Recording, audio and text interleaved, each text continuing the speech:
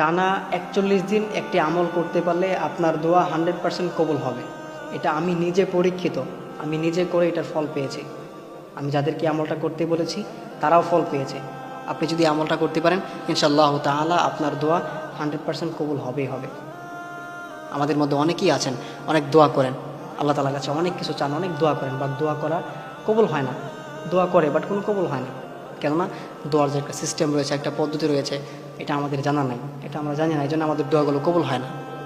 অনেকে আছেন অনেক দোয়া করে থাকেন, দোয়াগুলো কবুল হয় না।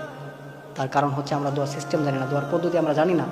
সুতরাং আমার প্রিয় ভাইরা যারা আছেন, বোনেরা যারা আছেন, আপনারা যদি আপনাদের দোয়াকে কবুল করাতে চান, আপনার দোয়াটা যদি আল্লাহ তাআলার কাছে আপনি কবুল করাতে চান, তাহলে অবশ্যই আপনি আমলটা টানা ৪১ দিন করবেন। এটা যদি আপনি ৪১ দিন করতে পারেন, আপনি যেই দোয়াটাই করবেন ইনশাআল্লাহ তাআলা আল্লাহ তাআলা আপনার দোয়াটা কবুল করে নেবেন।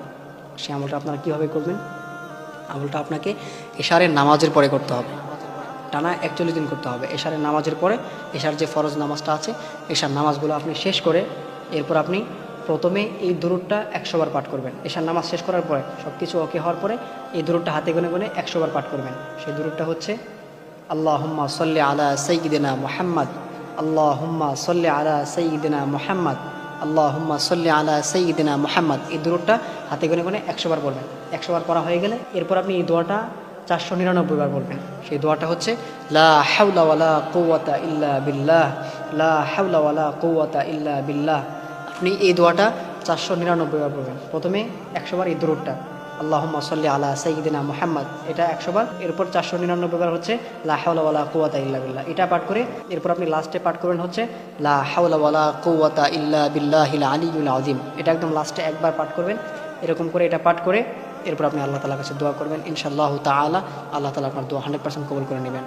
লা হাওলা ওয়ালা কুওয়াতা ইল্লা বিল্লাহ, এটাকে বলা হয় জান্নাতের ভান্ডার, জান্নাতের খাজানা।